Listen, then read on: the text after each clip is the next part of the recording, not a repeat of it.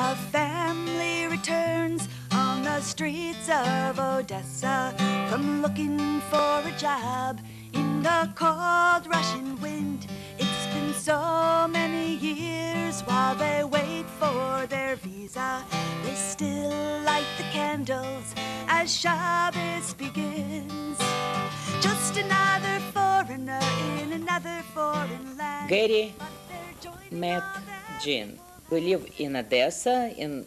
She came during the summer just for vacation, and actually they met on the beach. And which is actually really weird because they lived, my mom lived in Belarus and my dad lived in Ukraine. It was very difficult not to fall in love and not to pay attention to this beautiful woman. So Gary got suckered in and fell in love, and I am very privileged to have Jean as my cousin-in-law. Is that what it becomes? They're a darling couple, very caring for each other.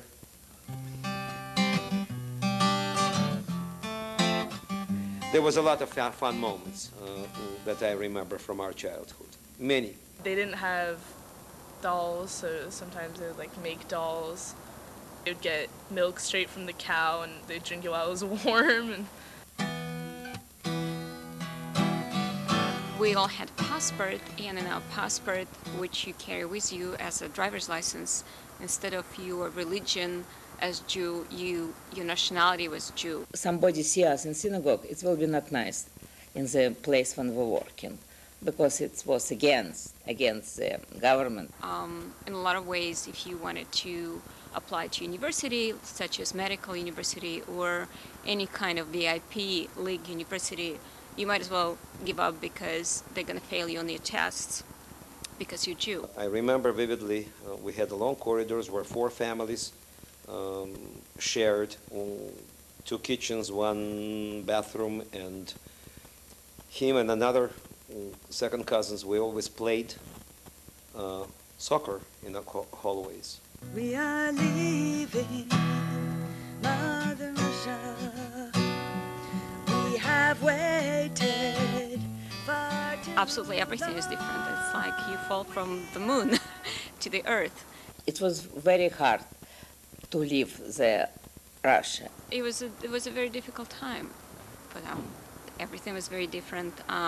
For Jean and Gary, it was more difficult than it was for us because when we came, they were already here and they were willing, able, and ready to help us. There are a lot of funny stories about them trying to discover American life, and so it was very, very different. Everything was different. We would go to business lunches together. When waitress says, super salad, we would say yes.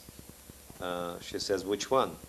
And we thought super salad means a big salad. They went to pizza place, and the pizza place, they got a menu, and they looked at the menu, and they all order, for 10 of them, or however many people were there, they each order large pizza.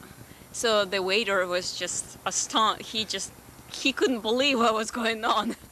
So they didn't know that, you can order pizza by slice, or there are like 12 slices in a big pizza, so things like that.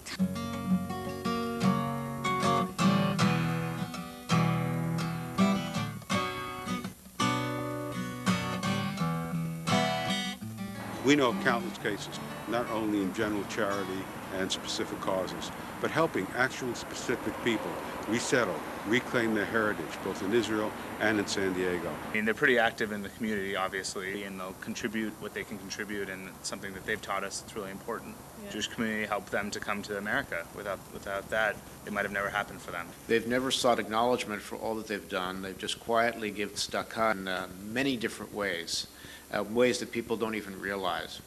Gary and Jean were one of the first families that stepped forward with a very significant contribution to make this school possible. And I know that they were very pleased to be able to contribute and to the school because their children had attended. People would be very lucky to go to a school like this. A lot of it's the people, and luckily the people haven't changed that much over the years, but it's nice to have a great facility. And I know that the Academy for them was an institution that helped them assimilate and become socialized in the Jewish community of San Diego. But I also know that you were, I think, one of the children's teachers, that you've known them from way back. I taught Sarah when she was in first grade, and Bobby, her brother, was in my son Josh's grade and class. That's how I got to know the Schechters, both as an academy parent and as an academy teacher. As we all do as Jewish parents, we want a better life for our children. And that's exactly what they were able to give their kids by sending them to the academy. They were able to get the Jewish education, make friends, have the freedom here. And I think that they just saw the way that the kids thrived in ways that they couldn't. And I think that's what ties them to the academy. And it was just a wonderful thing to have happen. As I think about the Jean and Gary Schekhter story, in such an incredible sense, is really the epitome of the American dream. Here it is, a family who, you know, leaves adversity, comes with nothing.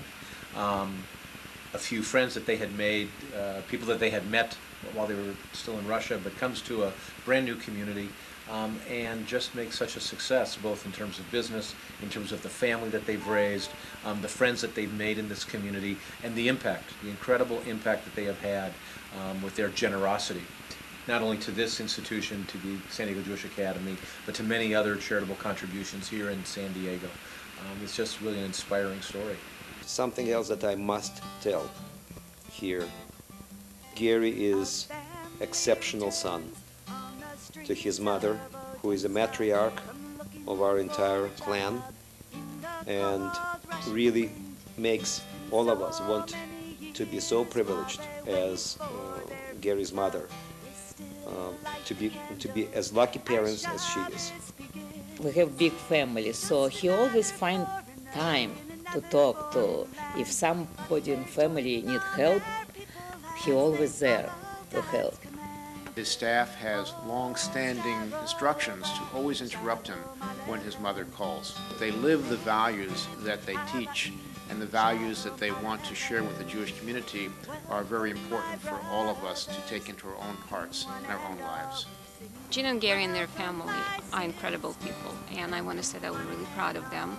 What they accomplished here came with almost nothing, and rise to the heights that they've risen here.